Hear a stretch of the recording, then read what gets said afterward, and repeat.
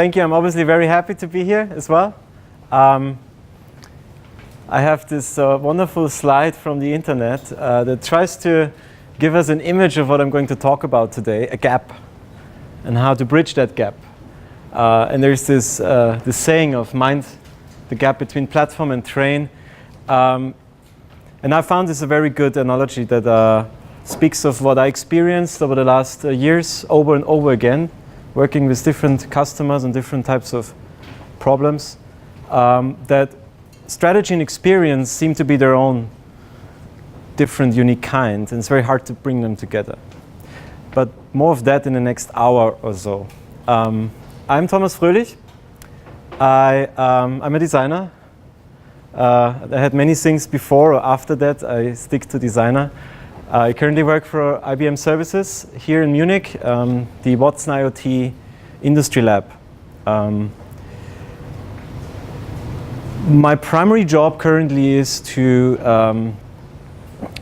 work with a variety of clients in very specific industries that we focus on to identify the new use cases where we can bring in AI or where we can introduce IoT, or both. So it's a very exciting and new field of work, and I learn a lot. It adds something I didn't have to deal with a lot, which is creating new hardware or making IoT devices. While before, and I'll talk about that, my career was mostly about phones and stuff on phones. So 10 years ago, I started at Icon Mobile, which is a Berlin-based design agency, has a global distribution, still produces a lot of mobile software and products. Through them, I got a chance to work for Vodafone for more than a year through Icon Mobile, like many, many other designers at that time as well. This is about 2008. Vodafone Global tried to build their own cloud service very early, their own hardware with Samsung, their own firmware on that phone, their own software products, all synchronized, all the things we have today everywhere. But they were too early, didn't work. But what I learned is building a product end to end, which I really liked. Because at the agency, you do this, that, or that, and you never have a closed loop. At least I didn't. So I moved on to Nokia to stay in this domain of doing end-to-end design, and was in Berlin responsible for the Here Maps app, which is its name today. At that time, Nokia Maps. Still 2008-9. Where Google Maps was not such a big thing as it is today, especially not on phones. So this turned into Here, Maps for Life, a Nokia company, which then brought me to Microsoft. I spent a lot of time in Redmond working with Windows Phone design to integrate Here Maps into the Windows Phone ecosystem, which was first of its kind experiment for Microsoft, because they usually do all in-house, especially on Windows Phone. So we had to get their design approval for everything we did, so we had to build a big and deep relationship. Very interesting work for me. Then this company became a company here. It still exists today. And this was also the time then soon where I started to teach, because I felt I want to give back. And I want to work with students, super exciting, new ideas, new ways of thinking. It's good for me, it's good for them. Scaled that to advise startups. And now today also I was at Digital Product School to do similar work than I do for this Institute of Design in Graz. So this is my 10 plus years, which I wanted to share with you, because it's everything I talk about today is a summary of what I learned here. In all these places, it was about digital product design, usually on a phone or a tablet or a watch, but these mobile devices before we called it IoT. And so in a different information visualization, this is my 10 years.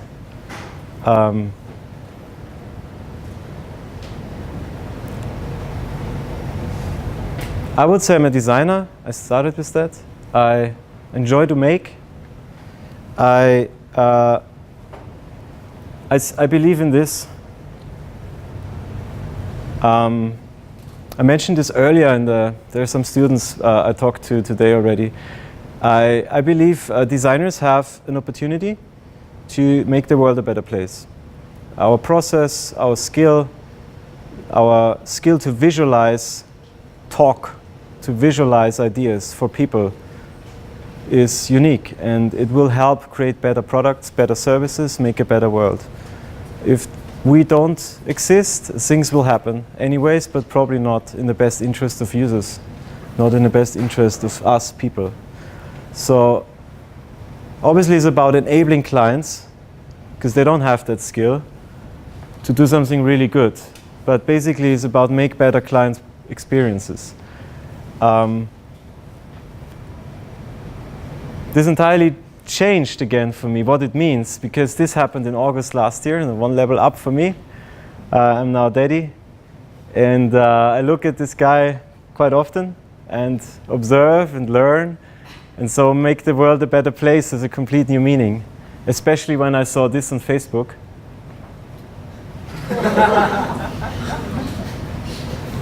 Which is as funny as it is sad. Yeah. So I have no answer to this, but it got more important in my mind. I really try to find an answer for myself. So maybe you find some inspiration in this. But we have this opportunity. It's us. It's us helping people collaborate. It's us helping them find better solutions. Understand their problem first. Be more user-centric. And there are not enough of us designers. Definitely not.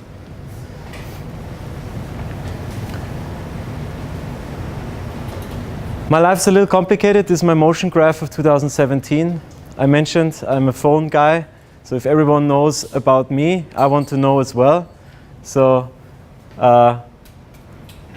you know, this is full of sensors and they're always on. So, this Berlin, Munich, Graz, where I come from. So it's a lot of travel. And now with the baby, it's quite challenging, but I'm luckily on paternity leave. So, anyways, travel has a lot to do with trains or planes, and there we are again. Mind the gap between platform and train. So this is the door and the platform, and it's more or less difficult for most of the people. We don't even realize it, but I like this, because if this is strategy and the trains are the services and products that pass by, we need to make sure that whatever happened in the strategy workshop, in the strategy team, in the strategy phase, is properly hand-overed and taken care of later on, so that this train goes the right direction. More often than not, something happens though, and we all know that. Many products don't make it to the market. A strategy does not see daylight. Products disappear from a market way too early because they had no proper strategy. They were a success, and then the company didn't know what to do with it. Companies disappear because of that. Many great services I personally use disappeared because of that. So it has impact, and this impact is sometimes much more intense than we want to. We are designers, we had good intentions, we produced good strategy, made sure it becomes a great service. A year later, it's gone. It hurts. So there are implications that that I don't find amusing, to deal with over and over again. So I'm trying to find solutions. And what I'm describing might not be so dominant for startups, where you have more of a round table, eye-to-eye level, and very transparent decision-making process. But definitely, it scales with complexity. You may only need a person to build a chair, design it, prepare it, manufacture it, sell it, but you will need groups and groups of groups and groups of groups of people, and we know that. And then suddenly I find myself at IBM, which almost has 400,000 people globally, which is the biggest company I can imagine to work for, that builds something very big. So weird things happen the more we scale it, and then we have bigger gaps as a result. It's chaotic. You know the squiggle, Damien Newman? It's very chaotic in the beginning, and it's a hard way to find this one direction that makes sense. And so in this chaos, there are a lot of anti-patterns that I found. 3 of them very, very prominently. Jenga players. So in corporate environments, I find a lot of Jenga players. The aim of that game is not to be user-centric at one point anymore, is to stabilize itself.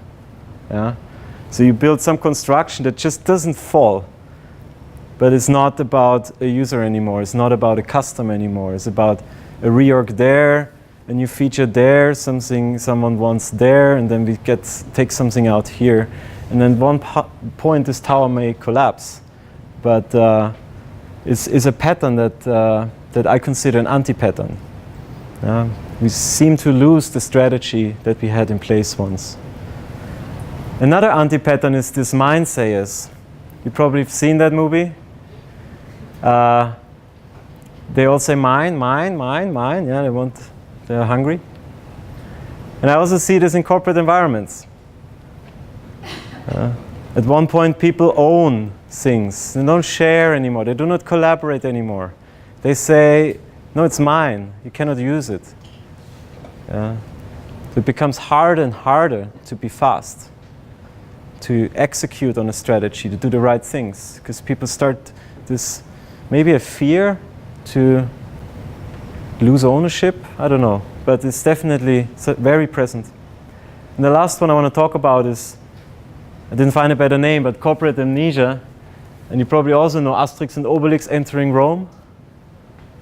Who's seen that? A few? It's very funny and sad. You see the map of the building? So they entered Rome and they needed a permit to continue traveling on that road. And Rome, you know, the Roman Empire was very well organized, had streets, and so you also needed permits to travel. And so what they just simulated here is the bureaucracy that eventually was one of the factors that brought the Roman Empire down. Bureaucracy, intense bureaucracy managing itself. And so in this short movie, you just see people pointing at someone else. You know, for this permit you need that, so lots of catch-22s. And at one point, Asterix and Obelix just turned the game around, and then the whole building collapsed. But I see this happening in corporates a lot. Bureaucracy for the sake of it. So my process is more rooted in architecture. I started as information architect. I think it's part of my character to think like that, to be more structured when I approach a design problem. And so right now it's about hardware, as I mentioned. So sometimes it's about printing, building something where we hide sensors and find the shape and the design and an experience that makes sense for children. Before that, this is 2007 till 2016. I remained digital. I did not design the phones, just stuff on the screen.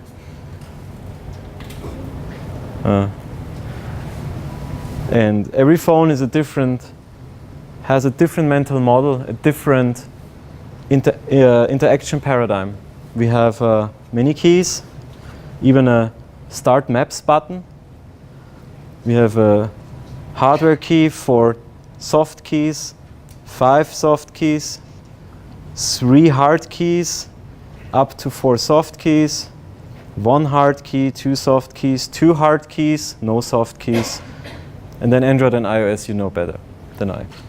So designing the same app sounds like, yeah, a task that will evolve a lot of time, translate one experience to another, but it was even more complicated because of the back navigation, the forward and backward navigation, the whole navigation model. By the way, the NOKIA MiGo had no button like the iPhone today. So this swipe to home came from here, which came from Palm Pre before. So it's also something that got developed, tested, entered the market too early. Now it's back and it works for many reasons. But I learned a lot. That's what I want to say about interaction paradigms, about patterns, about user behavior. We were not able to remove these zoom controls in earlier stages of a Maps app, even though the iPhone was long in the market, because the majority of people in the world had no idea they could pinch. So now we say, yeah, the Nokia touchscreen phones, they were not so good. Not so good, not like an iPhone.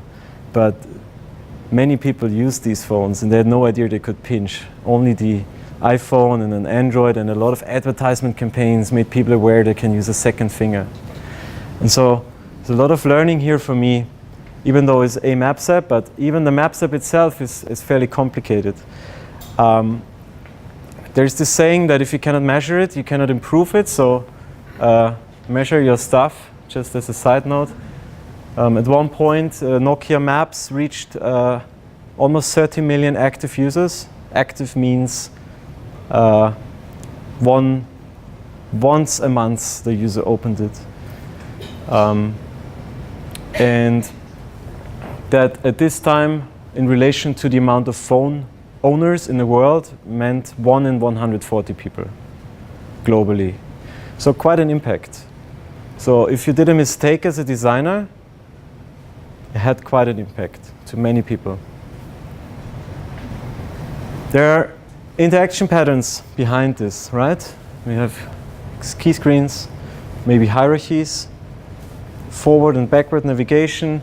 How do we deal with search? When I go back, do I bypass this like in a browser, or do I need to find a hierarchical model in my application? So a lot of thinking involved in this. Beneath that, we need to think about patterns. Like you see here visualized, returning almost shapes. So this helped others understand my patterns that allowed engineers to make simpler code that needs less maintenance. Because I was thinking about what you experience in that one feature and the way you experience it, let's repeat it elsewhere, but not with code. Let's write one library and reuse that. So I think this is a design task. And visualizes talk. This is an object model, a weird one, not well designed one, doesn't look nice, but that was the purpose. It actually simulates an existing Maps app at 2009. All its features, all its screens, all its buttons, and highlighted duplications in code where maybe on this screen there was an OK button and on this screen there was a next button, but it was very easy to see that this is a mess and is impossible to be maintained. So again, design here helps to bridge cultures between engineers and designers. Beneath that is something like a language, like aesthetics, interaction, architecture, and a job to be done, or the purpose of it. So very interesting to think about design and results in a more structured way, also to others who are not designers, because they usually have aesthetics in mind, and we usually also can talk about other levels. And this is the one I want to focus a little more today. But ultimately beneath that is a job to be done. Make me feel like a local wherever I travel. That's what we used to say building Nokia Maps, building here maps. And this comes out of research. So we asked people, we did a lot of research globally, and there was a need. Similar, like Airbnb has a similar job to be done. And more specifically, show me where I am, what's around me, and how to get there. So I now went the opposite direction, right? Usually we start here in a workshop. That's maybe the outcome. That's a value proposition. That's a job to be done, we discovered. We formulate a nice statement, and then we want to make this a reality, a synchronized service, and it has lots of features and can do lots of things. And then we go through these stages until we have an app, right? So I was talking about my process, about the DNA of how I work. And I find process everywhere in different ways. So here we have icons who obviously follow rules of golden cut. We find art, which is constructed.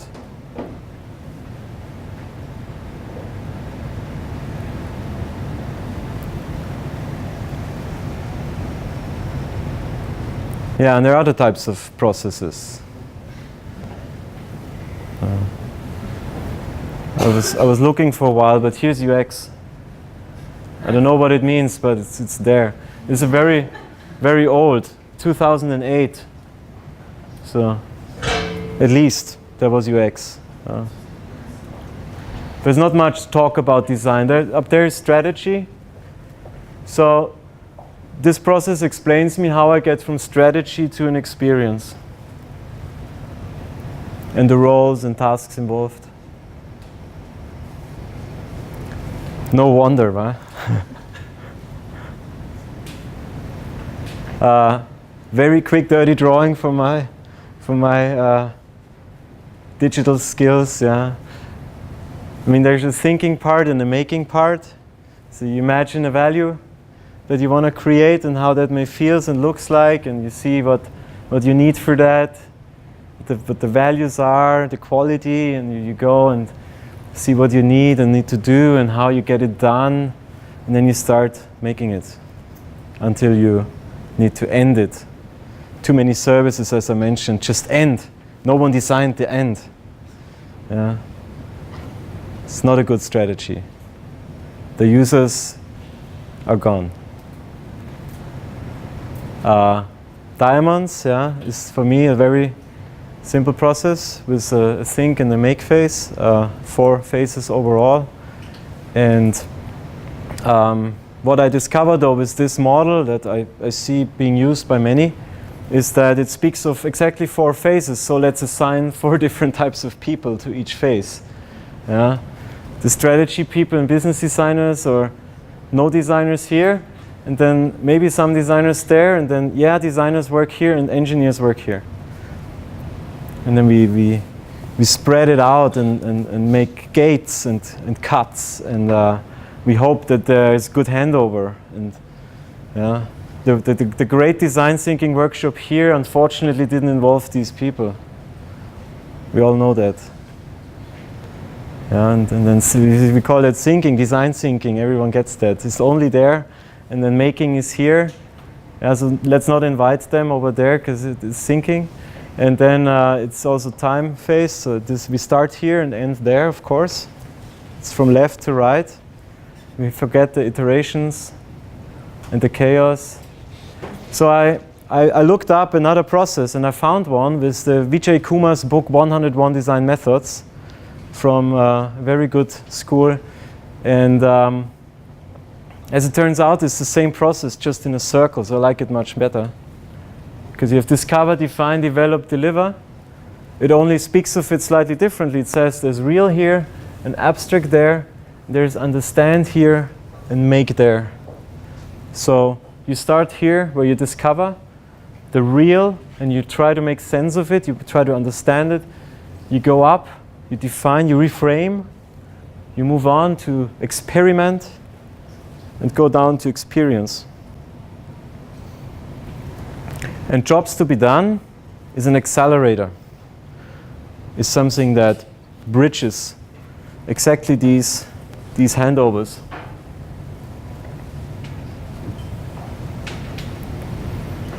So finally we arrived at jobs to be done. How am I doing? Yeah, good. It all started in 2013 when this blog post came out, Intercom. Who knows Intercom? They're doing great AI services. Very early. They wrote the trivialization of design, and they talked about that personas don't work for them and market segments didn't at all, and it's more about context, and they They think of design also similarly to what I explained in aesthetics and up to purpose. Like Jesse James Garrett started to talk about very early. They just didn't have a name for it, but they said the user story is dead, it doesn't work. It does not fulfill its promise. It's a solution description, describes features, it's not good for us. We've done it a different way, and they showed that. Today they say we accidentally have invented job stories. Yeah. This guy helped Alan Klement in 2013, met Intercom and gave it the name Job Story. And since then it's like a spearheading figure of the community to make job to be done and job stories and the whole theory behind it more prominent and more applied. He founded a meetup in New York and supports all the meetups everywhere else. Former work colleagues founded a meetup in Berlin about job to be done, which still has a very active community of over 1,000 people. So over the last 4 or 5 years, this really developed into something, up until the point where it almost became, I only know the German word Rosenkrieg, because there are many inventors of this. Ulwick, Gibson maybe, this guy, Christensen, these both from Harvard. They don't know who is the inventor of it, and now there's like a lot of talk that's not so positive. But still, it made it into books you probably have read, like this one. There's a new book from Ulwick now.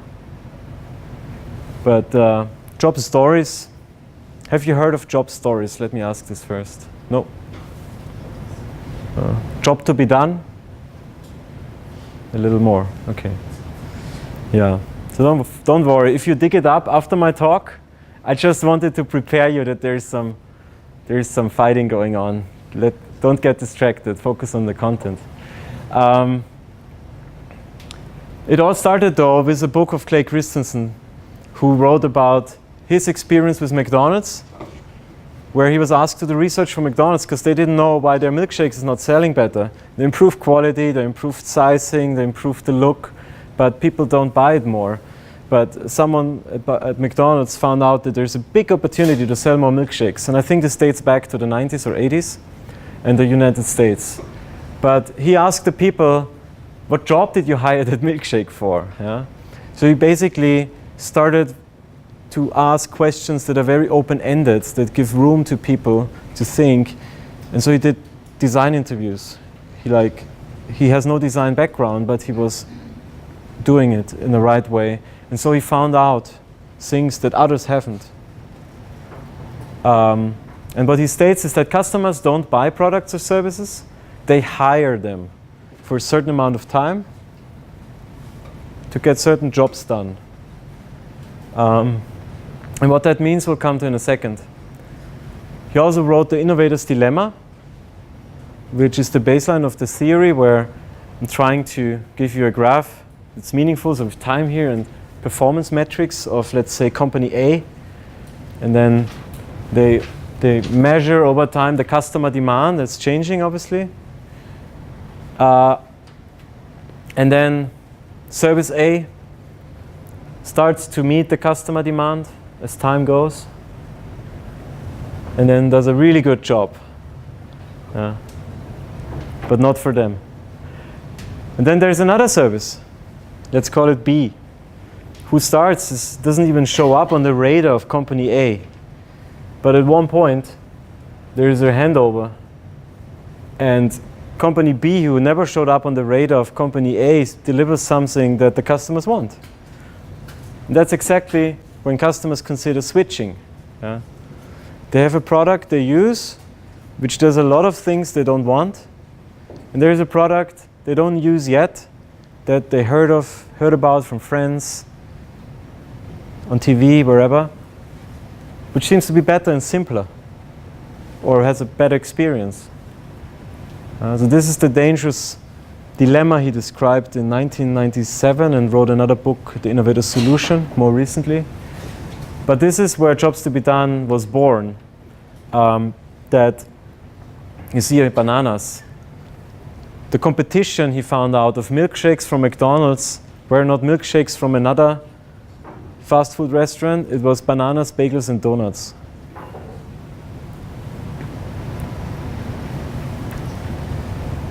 So McDonald's thought they need to make a better milkshake because their competition is other milkshake companies.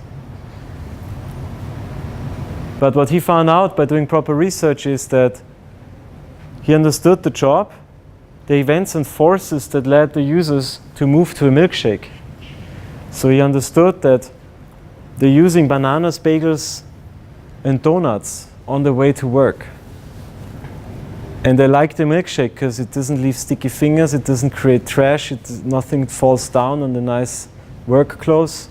There's a cradle, there's a straw, you can suck it forever because the commute is so long, and they arrive being fed. They arrive and without the need for another breakfast, so they can work straight. It does a really good job. So he reframed what he learned to address actual user needs, help McDonald's, and the result was 2 products. One being very thick milkshake for daily commuters, and they simplified how you can buy it, drive through. But at night they found out that when parents come home from work, they have this problem with them that they constantly say no to what their children want. They say no to chocolate and no to this and that, but milkshake's healthy, so milkshake is fine. But they would have preferred if the milkshake was less thick so the children drink it faster. So McDonald's reacted in that time and made another type of milkshake in the evening than they sold in the morning. So this is the example of job to be done that everyone knows. Now you know it too. I had to go through that. There are other types, other examples, which are all very interesting. But let me skip through that. Maybe one thing that they all have in common, their competition is not the obvious competition. So maybe Airbnb's competition is not hotels. Maybe it's rather travel guidebooks and other things that support individualism. Because their job to be done when they started as a more or less spin-off of couch surfing is supporting individualism. Had nothing to do with hotels. But of course they added a business model to it, so we know where it went. But what they all have in common is also that there was a product before they moved to Airbnb, or they moved to whatever product or service you can imagine. There was a process that people went from passive looking to active looking to deciding to consuming and making an opinion about how that feels. And this whole process was what Clay Christensen learned about through his interviewing technique that today is standard for us designers, but at that time was very novel. So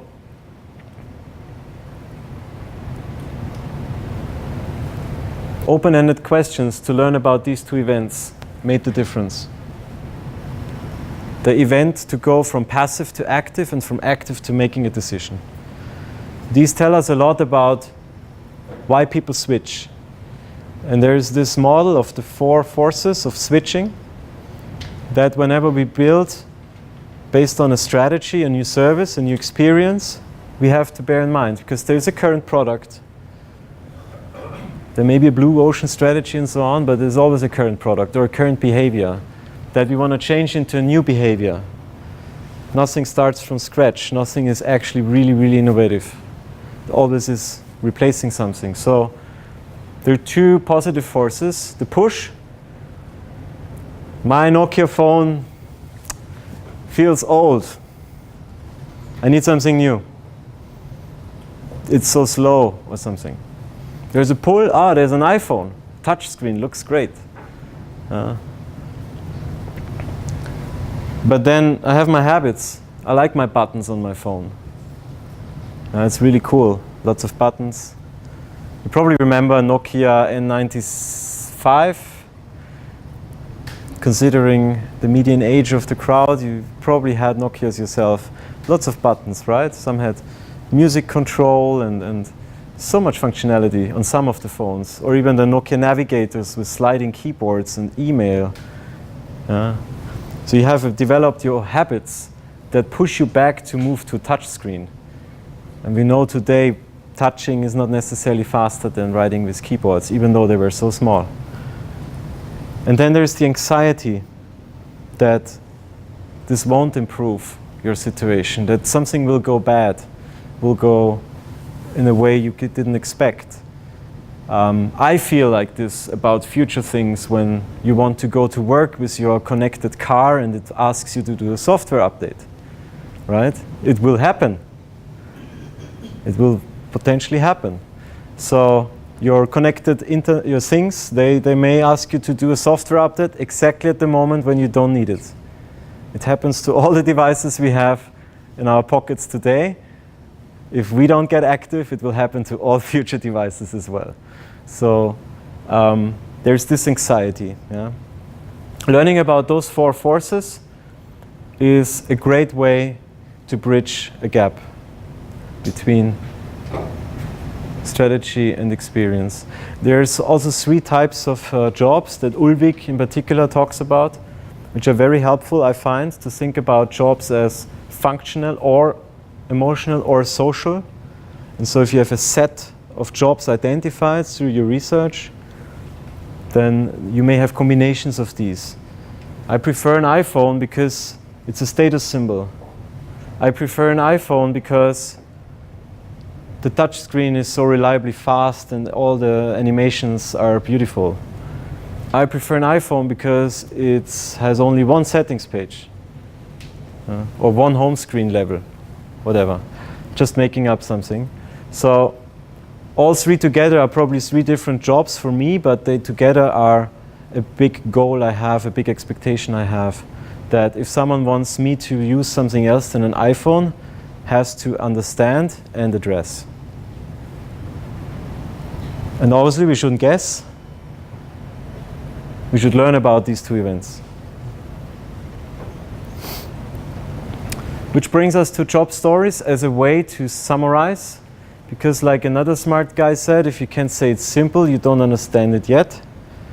So a very simple way to summarize and synthesize research has become the job story. At IBM we call it Hill statement, which also got developed roughly at the same time, 2013-14 I guess, which talks about who, what, wow in a sentence. So for whom is it, what does it do, and how can I measure that? What's the wow factor and how can I measure that? So IBM design thinking has that as one of the major goals of every design thinking sessions, to develop statements, Hill statements. And IBM says you need at least one, but not more than 3 of these Hill statements for your strategy as a handover to first prototyping and then product development. Also, their Hill statements are have a lifespan of maybe a year or longer, so they're very permanent. They're not written in a way that they change every day. They function as North Stars. In agile development, they sneak in instead of themes. And then epics are assigned to Hill statements and not theme statements, if that makes sense to you. And then user stories are assigned to ultimately Hill statements. So this is design entering technology, language, bringing in new ways of working. And they say Hills align our teams around solving the right problems for our users. Makes sense? Job stories, very similar, almost developed at the same time.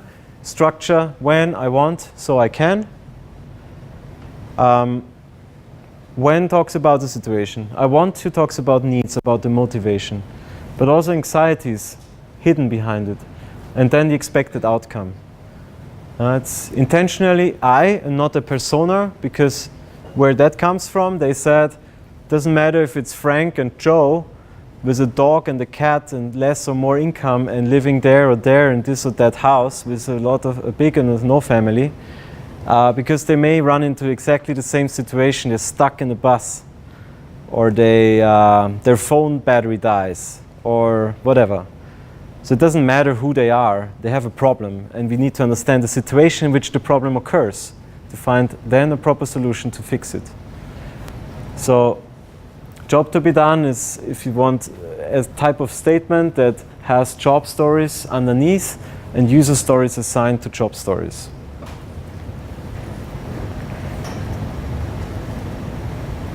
Before you think about a solution. So if you want strategies here, then you do your research and strategies somewhere here, and you go through this process until you arrive at user story level to start finding out if it works. Another drawing. The job stories are describing the what and why. Absolutely not the how.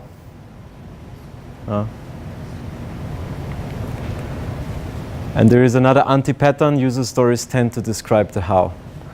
So let's do them that job. They're really good for that. Even though they were not intended to do it like this. Job stories we can own as designers.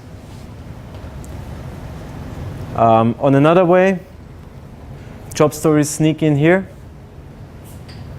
very early at the end or in the discover phase as part of the definition phase.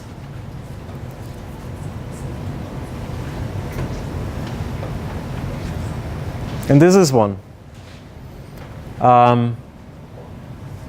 With a spell mistake, I'm sorry for that. When I'm on my way to a place which I'm not familiar with and the bus suddenly got stuck in traffic, can happen to Susie and Joe and everyone else, I want to be able to leave the bus, get an alternative public transport, and some guidance how to reach the public transport as I'm not knowing the area, so I can go to my appointment right in time and without stress. So the aim of this is to connect problem statement, business model, value proposition, and all the things that happen with clear and clean statements, synthesizing all of this, but being focused on the problem and not a solution, to enable a team to then figure out the solution.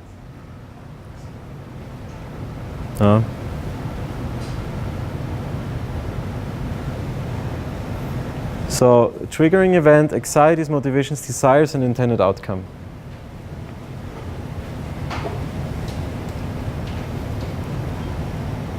The best way to write it is by, again, asking users, clustering your insights, and then starting with the situation, the events that happened, that you learned about, to what did the users have intended to do, to what were their needs in that situation.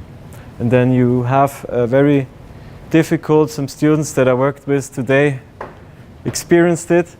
It's a difficult process here to find the causality. I move into a new flat. When I move into a new flat, I want a hammer and nail so I can hang up a picture. It's not a good job story, because why do I want to hang up a picture? What's behind this? That's what we should ask. I already described the solution. Why do I need hammer and nail? Is that the best solution, the only solution to hang a picture? And why do I need a picture in the first place? So when I move into a new flat, what do I really, really want? Yeah? And then you have this thing here where the goal may be something like decorate the room to the need would be decorate the room, and the goal would be to feel at home. Yeah. And let the team then figure out how to solve that. Maybe with a hammer and a nail and a picture. Yeah. So a typical process to do that is create 3 columns, start with situations, write down from your research what you understood, get to the goals bit. Maybe there are multiple goals for one situation. Try to map user needs that you learned about that address this goal, and then see if this is all mapped correctly and do the magic maybe that's not a goal, maybe that is a need. So what's the goal again? Maybe you need to swap these. Is that actually all still in the same situation, or is there a version of that that would clarify the sentence? And eventually you end up with lots of job stories that I would say is really up to the topic. IBM says no more than 3 hills. I think with job stories it's slightly different, maybe no more than 10, but if you can describe it with 3, you're really good. And then they can help us do proper handover, function as a North Star throughout the entire development process to make sure the experience that's being built follows what happened in the strategy workshop.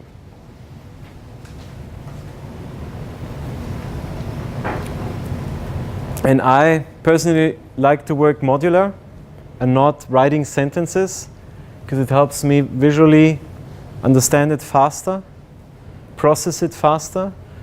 And I learned over time that there usually are more than one needs. So the syntax doesn't help. The modular block system is better. But if it gets too many blocks, it's not it's not good to understand anymore. So maybe you break it into 2 sentences then. Other best practices here are that you probably have situations that share the same goal, but definitely have different needs because of the situation. You probably have it vice versa, and you can even have this, which is maybe unlikely, but I had it once. And where can this go? I call this jobs board. It was something that we prototyped at here. It's bringing it all together.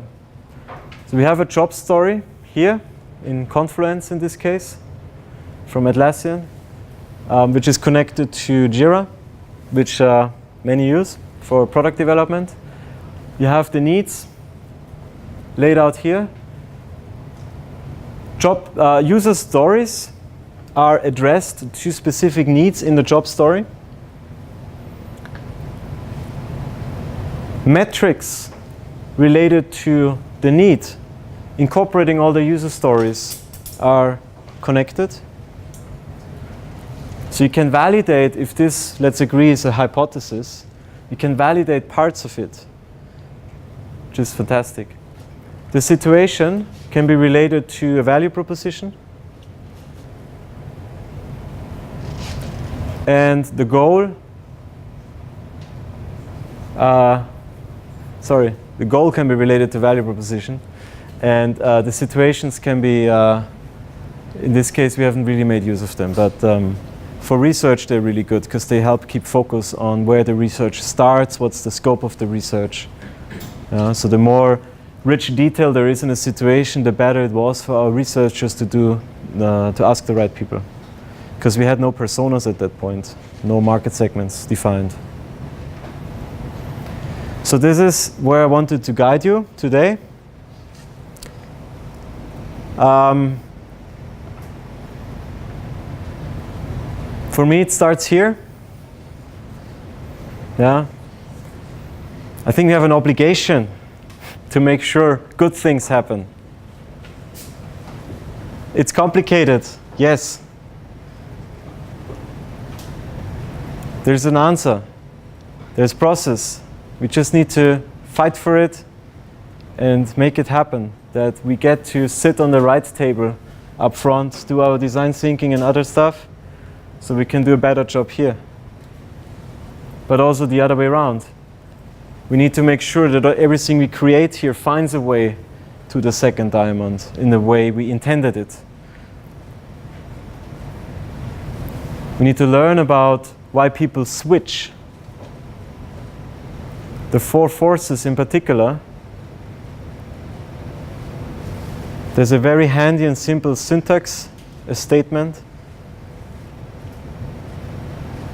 And ultimately, we want this to be a loop and accelerate it.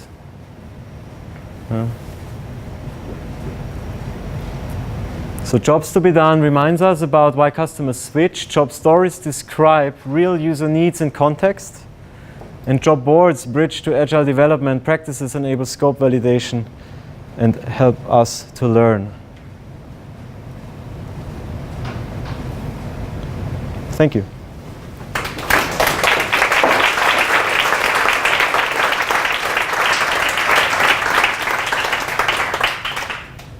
So I guess this is time now for questions.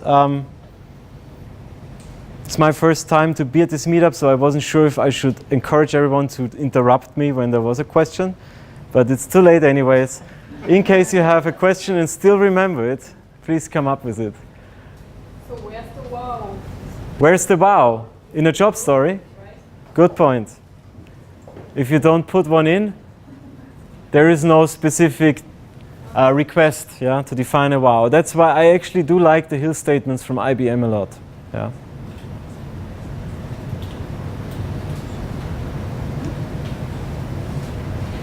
Anyone else? You completely missed strategy in your guide. Where is the strategy? Probably you know more about strategy than I. It doesn't play any role in your work as a designer. Of course, yeah. I didn't focus on it too much. I assumed, which you should never do, that the Design Thinking Meetup knows a lot about strategy. My work at IBM is about developing the strategy, yeah. So with customers at a very early stage, we typically use design thinking for up to 3 days to develop a first version of strategy by making use of all sorts of methods. The challenge though always is how you continue with that type of information. You have your nice business model canvas, your value proposition, everything's ready. You have some statements and then... Yes? So I have one question. I don't know if this is something you also do in your job or that is relevant to you. So let's say you found this job to be done. So you did user research, you talk to people, and now you understand what their motivation is, what product they need to get the job done. Now, how do you get from that job to be done perspective to actual user stories? Because this is like a step from motivation of a user to what do I actually build, what is a feature that solve this particular problem or fulfills this need of the user. How do you get it there? What kind of things can you do there? User stories will be written anyways. I would reframe the question to how can you make sure the right user stories are being built? How can you find features that actually do serve the customer in a way that he says, yeah, that is really a product I will actually hire, because I think this is really a very important part of the process of getting to a product.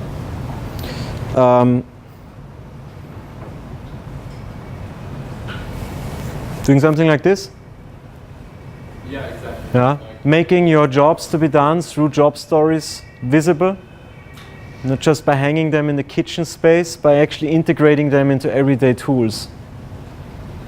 Yeah. No project manager did this for me. We showcased to the entire community that there's value here.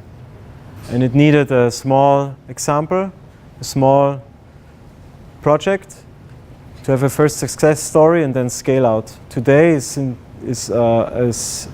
fully incorporated into here, the company I used to work for. But it took a few years. Yeah. But there is no process how you get from job story to user story.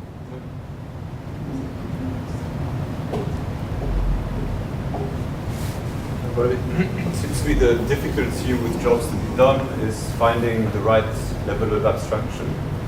So it's like if you look at your example of hanging a picture, like at the basic level, it's like, okay, I want to hang a picture. The next one up is I want to decorate my house. The next one up is I want to feel at home. The next one up is I want to be happy, and so on. And like the higher you get, the more it's opening this enormous space that you can't practically use. Yeah. So do you have any tips on where to stop, basically? Before Maslow. Before what? Before Maslow's hierarchy of needs. Okay. So when you end up, it's because people are hungry or need love, then you went too far. Yeah. Usually you have a problem space in which you operate. You usually have defined that very early on. What's the problem statement, or generically what are the use case, whatever we look at. So stay within that realm, and it still has to describe stuff that is feasible to be solved. Okay, in that particular example, where would you stop? That depends on my technical capabilities. So if I'm alone and only know how to use a hammer, probably I stop there with a hammer and a nail. If I have a whole family and different skills around, then probably can do more than just hammer a picture into the wall. We could color the wall. We could, I don't know, put in certain furniture in certain ways. So there are lots of different ways then, but it really depends on my capabilities. So this is different from team to team. There is no precise answer to this. Does this answer your question? No? No, but I mean, I think it's a very,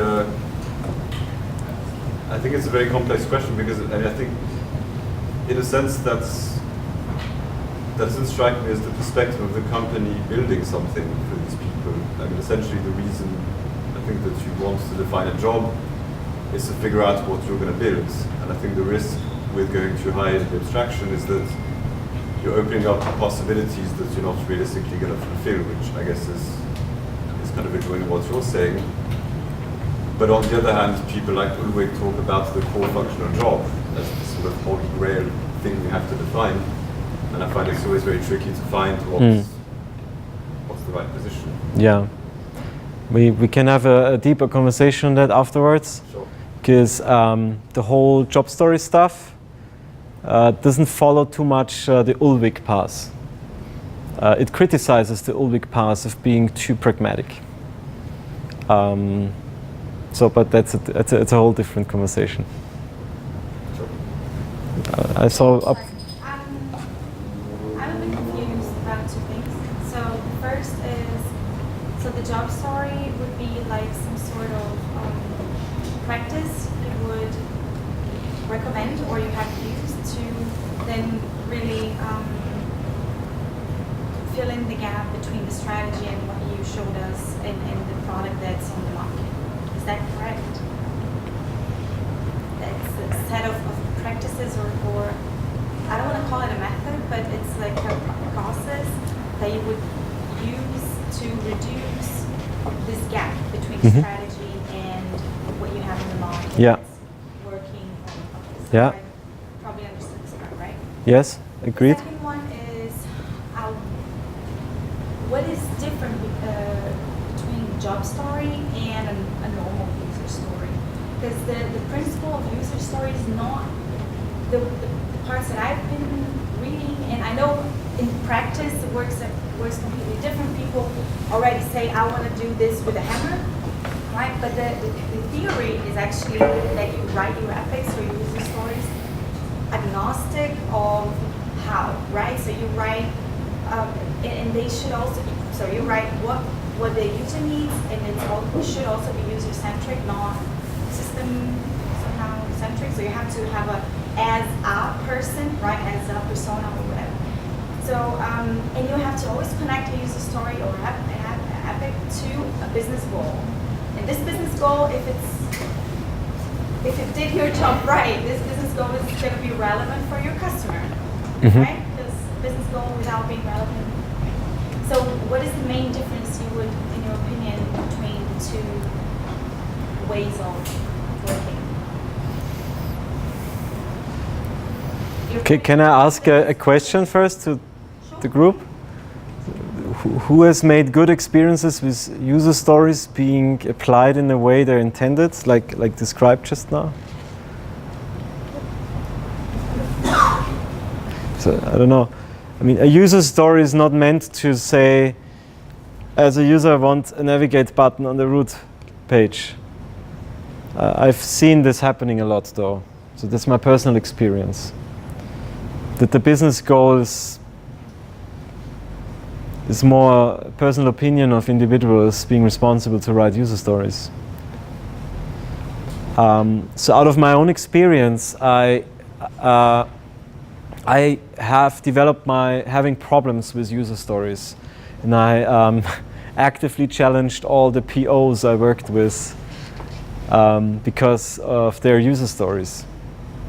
There are, of course, good examples that I've also experienced, but mostly not so good. With job stories, I found something that solved my problem, that there's a whole team of maybe up to 100 people working on this software. And they all only look at the user stories because most of them are engineers.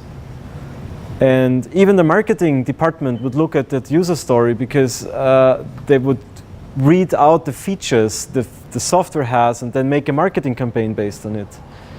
So the user story was at the heart, the set of user stories was at the heart of everything we did.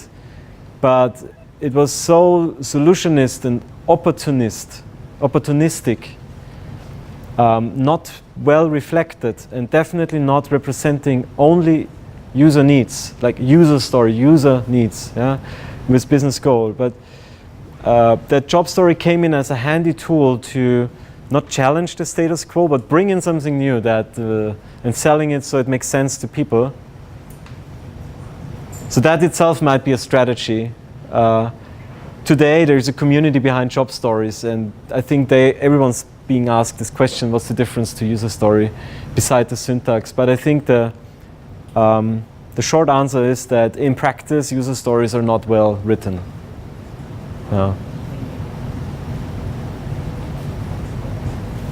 What is the job to be done on that particular use case you had on the wall?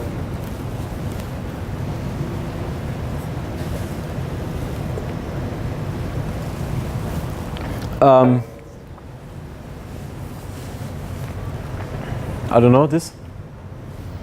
Get the fastest. Like a function, right? Yeah. That somehow doesn't fit together to the jobs to be done. Function, describing a function. Or is it? I would say that is not on this page, no? Obviously.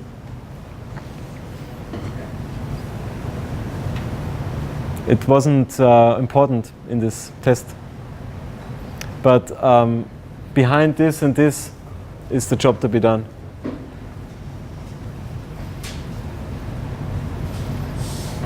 A job to be done has never been defined as what it looks like also, right? If you make it a statement like how might we, or no one has defined that. There is no, that's the way to write a job to be done down. It's more a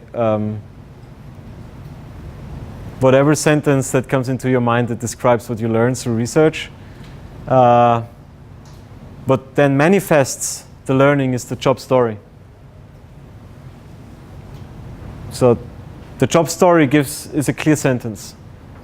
If you have something fussy on the top, how can the something be concrete?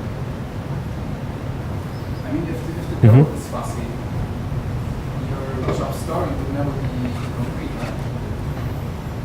right? Is there a ground truth in life? We need to get started at one point, and usually it's very fuzzy. And it gets more and more clear as we sticking to diamonds, if you want. The more polish you put on it, the more it becomes a diamond. Before it was a blurry stone. I think no matter what you do, if you use job to be done as a theory to get to job stories and statements that bridge the phase of strategy to the phase of execution, or if you use anything else, you will always have the situation that it's very fuzzy in the beginning and then gets more concrete. And the fuzziness you better summarize in hypotheses and statements that you can later on measure and validate. Would be my answer. I saw your hands for a while, so please. You had one slide where you more or less had a big process, and somewhere in there was the jobs to be done. Now my question would be, for example, This? you would have 2 weeks' time, and these 2 weeks you could generate job stories and you could do a design sprint. How would you organize these 2 weeks? Job story writing is part of the define phase. So whenever you define, in a design sprint of 1 week, it's day 3, day 2.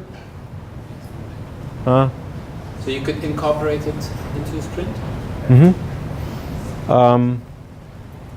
Actually, the design sprint book, not by Google, the other one, if you know that, talks about job stories and where to use it. It's not my book, but I find it more applicable than the Google one. It's from another guy from Google that wrote a book at the same time as Google. So it's from Richard Banfield. And in this version of Design Sprint, they talk about job stories being part of day 2, I think. Yeah. Okay, thank you. I can have a look if you want.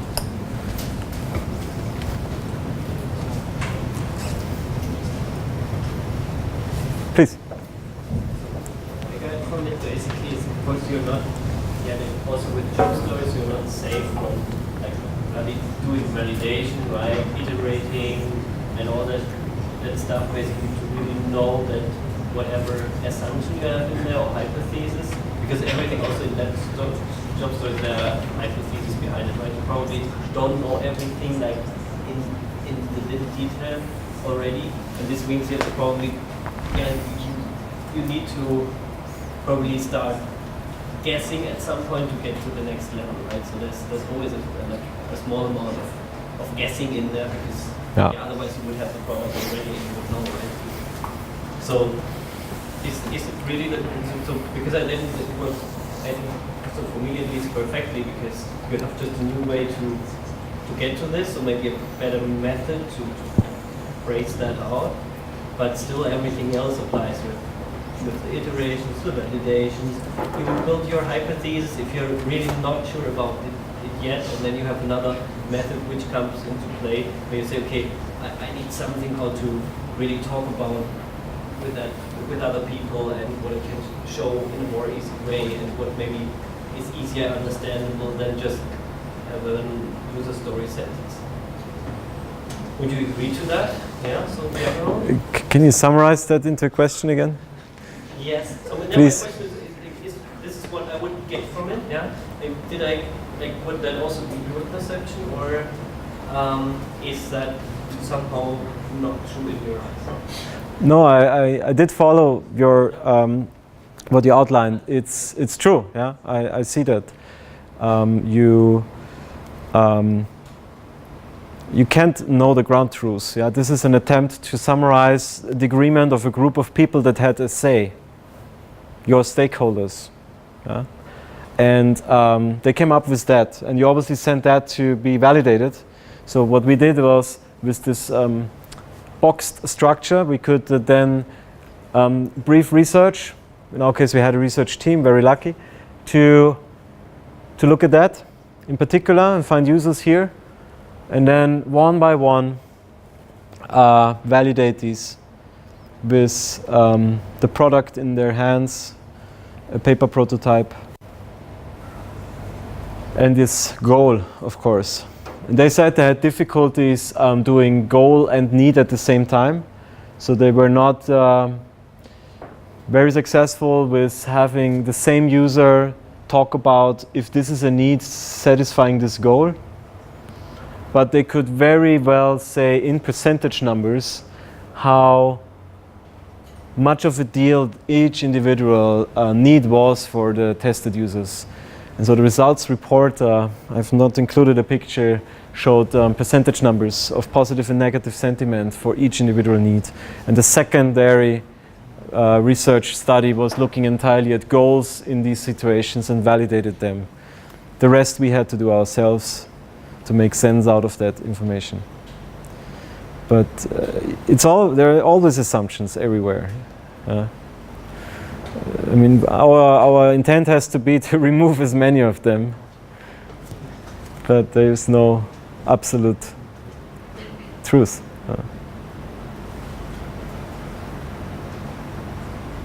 Yeah. A question, maybe you help me understand it a little better. Have you heard OKRs? OKRs. OKRs. Objectives and key results. Not right now, no? This is well an approach that I think that Google uses. Mhm. This as well to cover this gap between strategy and execution. Actually, I just, if you're not afraid of this, it will be very loud. Yeah, No, it's yeah, I thought you. if you knew it, so maybe you could explain it based on the contrast on how do they complement each other, how they compete with each other. I'd love to follow up with you on that. Yeah. So, did we reach an end now? I have a microphone? Or who dares to? You can sing now. No, I'm not a good singer. Okay, maybe last question, if there are any more. No? Okay, then thank you very much.